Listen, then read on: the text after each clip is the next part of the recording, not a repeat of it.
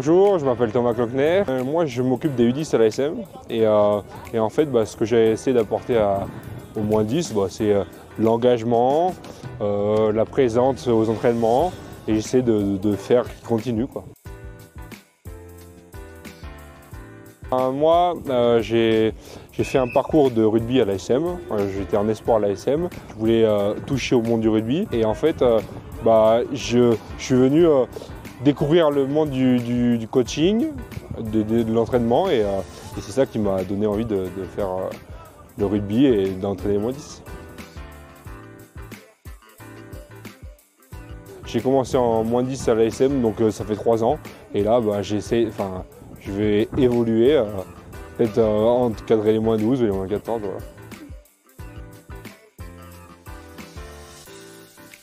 Moi, c'est vrai que j'étais tout timide en arrivant il y a 3 ans et là, je me suis un peu plus affirmé entre guillemets. Et en fait, j'ai passé un BPJEPS rugby à 15, donc ça m'a permis d'animer des situations et tout, et c'est ça que j'aime faire, quoi.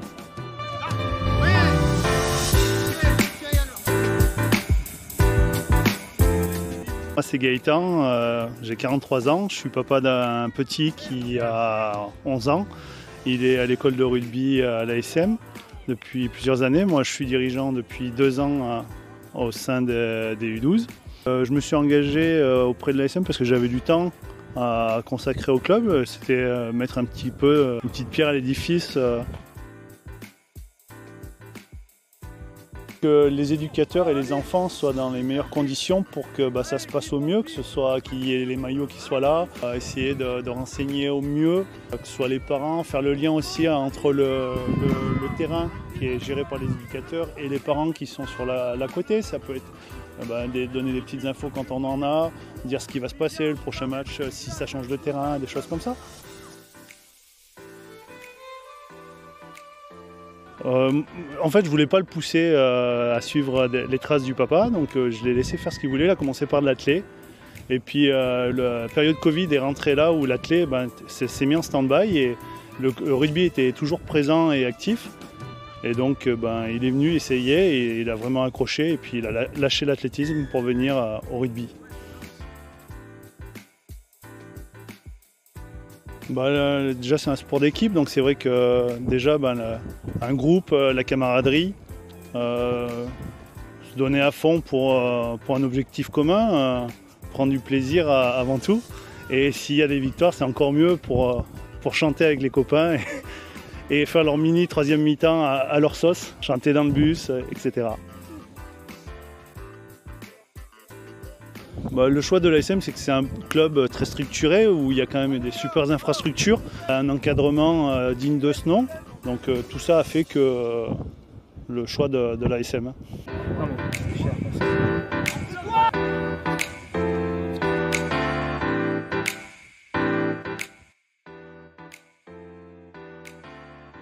Alors aujourd'hui, pendant les vacances scolaires, on fait des journées où on invite souvent un club partenaire, des fois 2, mais là ils sont assez nombreux le Puy.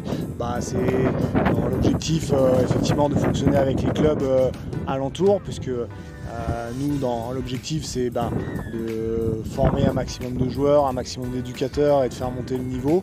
Et aussi après, pour les meilleurs potentiels, d'arriver à les faire venir au club. Donc ça fait partie des échanges qu'on peut avoir avec les clubs.